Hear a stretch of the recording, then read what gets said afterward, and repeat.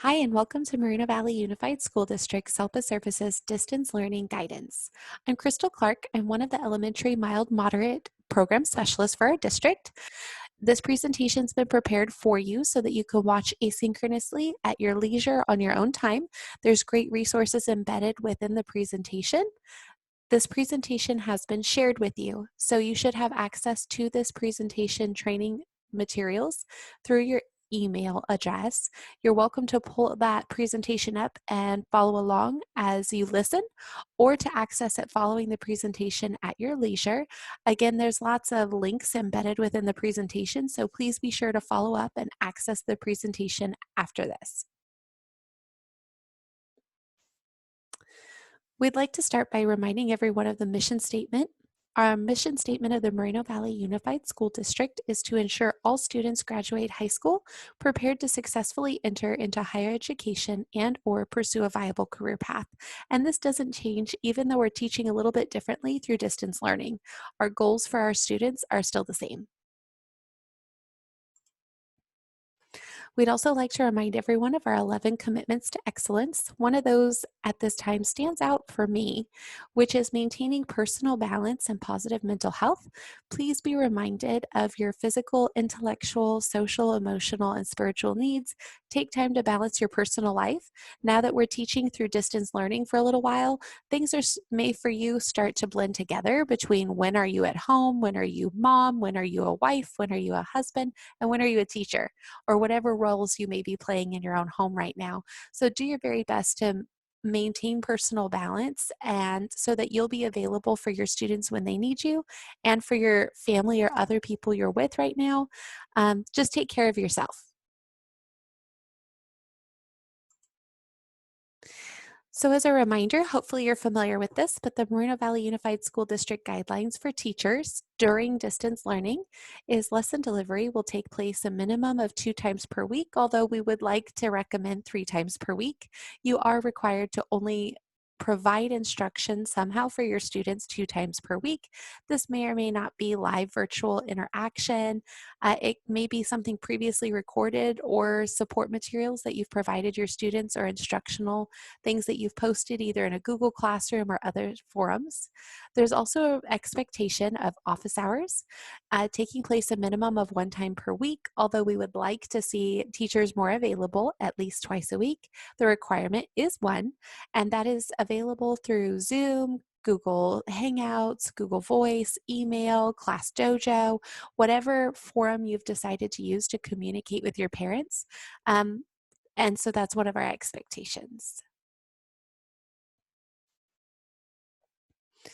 I'd like to share this first document with you. It's called Transition to Distance Learning. This is a letter that went out about 2 weeks ago. It was embedded into a letter or an email that was sent to all district employees from Dr. Martin Rexick-Hedziora, our superintendent. This goes over our transition to distance learning for special education. And here you'll find information about IEPs, initials, triennials, timelines, communication. You may have heard about different letters being sent to parents.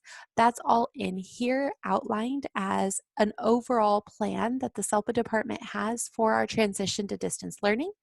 If you'd like to access this document, you can on your own. There's a link where you would just click here and it'll take you straight to the full document. I believe it's 2 or 3 pages long, so it's a little bit of a read. I'll leave it there for you to visit if you'd like to access it. The next document I'd like to share with you is parent letter number 1. There are 2 letters that have at this point been sent to parents. This is the first of the 2. This letter was sent to parents about a week or 2 ago, probably closer to a week and a half. And in this letter, it describes to parents that the school district will be transitioning to distance learning for special education students as well. There's a heavy emphasis in this letter to allow parents to understand that we're trying to provide instruction for their students, but we have to do what is feasible based on our current situation, adjusting and doing the best we can to support our students through distance learning. And that's outlined in this letter. Again, there's a link here on the left-hand side if you'd like to access that letter to read it for yourself. This is a copy of the second letter that has now been sent home to parents. This is an individualized letter that was developed using a matrix or using a formula, you could call it, to determine what distance learning services are going to look like for each of the students in our district. Now, as you all know, services are different on every student's IEP. They're individualized, and these letters are the same. Based on the services on the student's IEP, a formula was used to create an appropriate service that can be provided through distance learning. Parents receive this so that they have an understanding of what services we will be providing their child through distance learning. And that letter here is for you as well as a link on the left-hand side of your screen. You're welcome to follow up and read that letter if you're interested. This is a copy of wording that's used, and this is what was embedded into parent letter number 2. When you're looking at the services that each student was going to be provided, this is an outline of what those services may look like. I'll go over one example here on the screen. You can see adapted physical education. For students who receive service weekly, this is what their service may look like. For students who receive service on a monthly basis, this is what their service would look like. And for students who receive yearly services, this is what it may look like. It is important to understand, though, that if you had a student who was receiving services 4 times a month or 3 times a month, that likely was broken down to be a weekly service, because I believe for most of us, that was our intent, writing 3 times or 4 times a month. So that was taken into consideration when the services were written into the letters for the parents. If you're more interested in this letter, you'd like to see what your service may look like for your students, you're welcome to click here on the left-hand side, and that link will take you to an accessible version of this document. It goes through all the different service options that are available through IEPs. So other IEP information, I know a lot of you are eagerly anticipating some information and wanting to know what IEPs are going to look like through distance learning. So IEPs will resume on May 4th, 2020 and will be held virtually with all required team members participating and signing electronically. So as much as we'd like to get everyone in a room like we normally do and have this personal conversation, we're not able to do that right now. Our current situation has limited us to no more than 10 people on campus and having to be at least 6 feet apart. That would make for a really awkward IEP meeting, even if we were to try. Let's not do that. We're going to be holding our IEPs virtually. There are additional trainings that are being developed and are available to show you how you can access virtual systems to hold your IEPs. There's a link further on in this presentation to a sample of how to use Zoom to conduct your IEPs. The district office will bulk update all IEPs to show a delay code 75 for school closure. For IEPs that were due between March 13th through the date schools will reopen. And at this point in time, we don't know when schools are reopening, but the state Department of Education has given us that delay code so that we're not held in fault for our IEPs that are late, especially those that between March 13th and May 4th. There was nothing we could do. Our schools were absolutely closed. Staff do simply need to just put in the date the IEP was held when you are holding your IEP starting on May 4th, whether it's late or not, and the delay code will be automatically done for you by the district office. So there's not an additional code you're responsible for entering. That will be done for you. What you are responsible for is holding your IEPs and trying to hold them on time starting on May 4th. With those team members all participating. Complete as much of the IEP as you can. You haven't seen your students at this point in recording for at least a month, probably a little bit longer than a month. So some of the information may not be as current as you'd like. We'd like you to update the annual and triennial dates to preserve the timeline and then close and affirm the IEP. So as much as you can, but we don't want any information to be a guess. We want it to be accurate. Since we cannot meet in person, we do have the flexibility in the methods of gaining parent consent and participant signatures. So IEPs can be signed in a variety of different ways. This includes scanning and emailing. So parents have the option to print and scan and email the signature page back to you.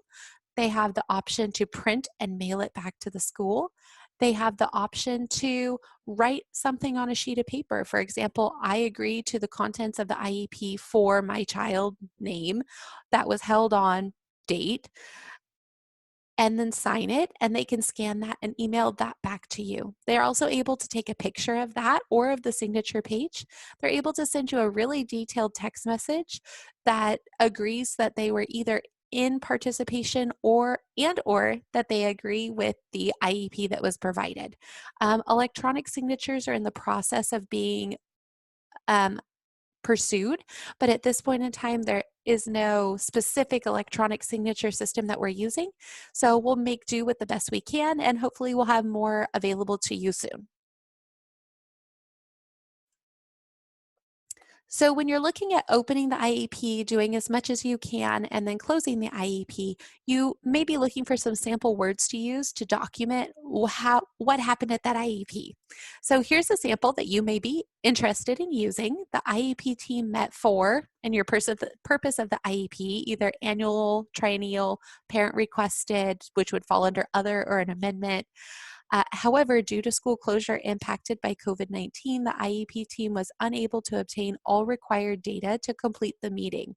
This is where you're saying, we really haven't seen this student in a long time, and we don't have all the data we really need to write a legally defensible current IEP for this student. To preserve the date, the IEP team opened, closed the IEP, and took no action. The IEP meeting will be reconvened at a mutually agreeable date and time upon school reopening. Yes, this does mean that we're going to have a lot of IEPs coming up in fall or whenever schools reopen, but it's better to do that than to have inaccurate information or IEPs that we can't defend because we guesstimated on data. We'd rather have you open, do as much of the IEP as you can, and then close it and get back together once you've had access to your students again so that you can track them, find some data, and then reconvene your IEPs or continue your IEPs with current data.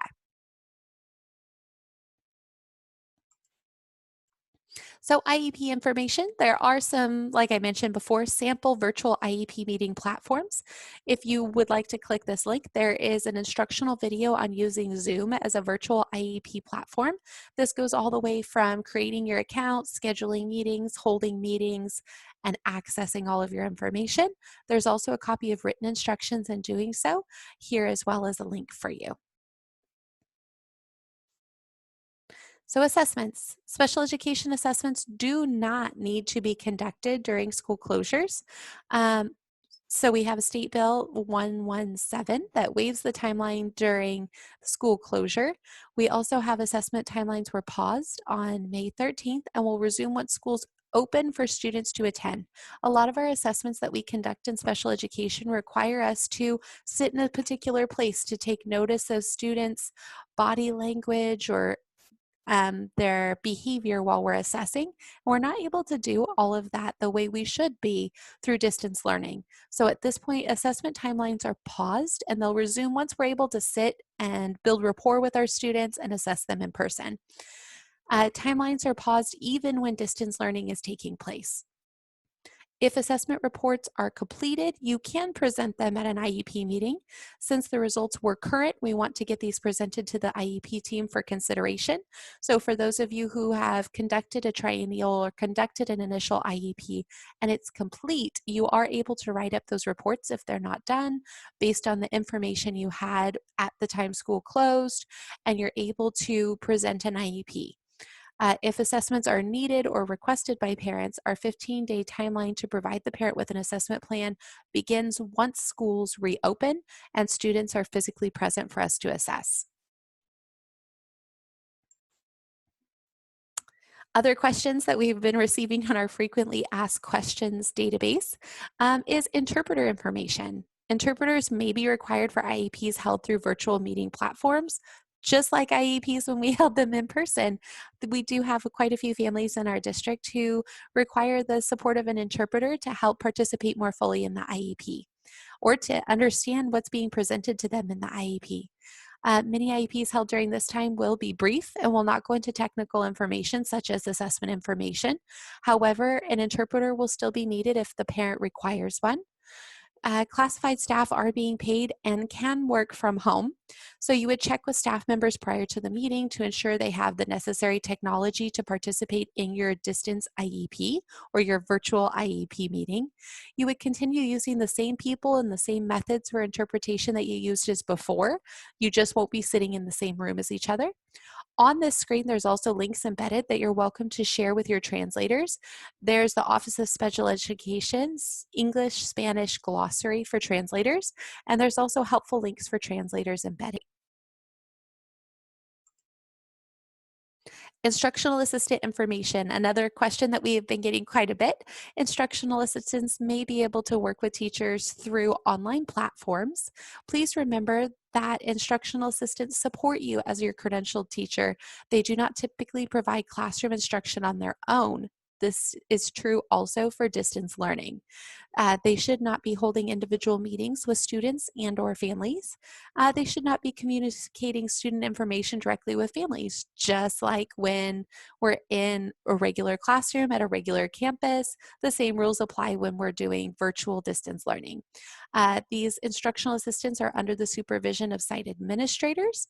You may want to follow up with your site administrator if you have questions in regard to how instructional aids may be used or if they have a plan for how they'll be used at your school site.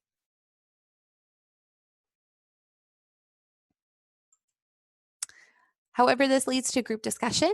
What ways can our instructional assistants be used to assist in classroom and staff during time of school closure, especially through distance learning? We're looking for ideas. If you found a creative way to repurpose your instructional aids to support you during virtual learning or distance learning, we'd love to hear those ideas so that we can share them with other teachers.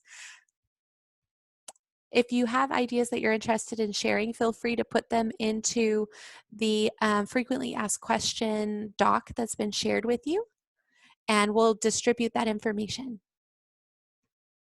And I'd like to thank you for joining. Moreno Valley Unified School District shines brighter because of you. This is not an easy time. This is very different than the way we were trained to teach. Most of us thought we'd be in a classroom working with our kiddos right now, and that's just not possible based on the current world situation. So please be patient with yourselves, be patient with your students and your families, but do continue to shine brighter with excellence on purpose. Thanks for joining.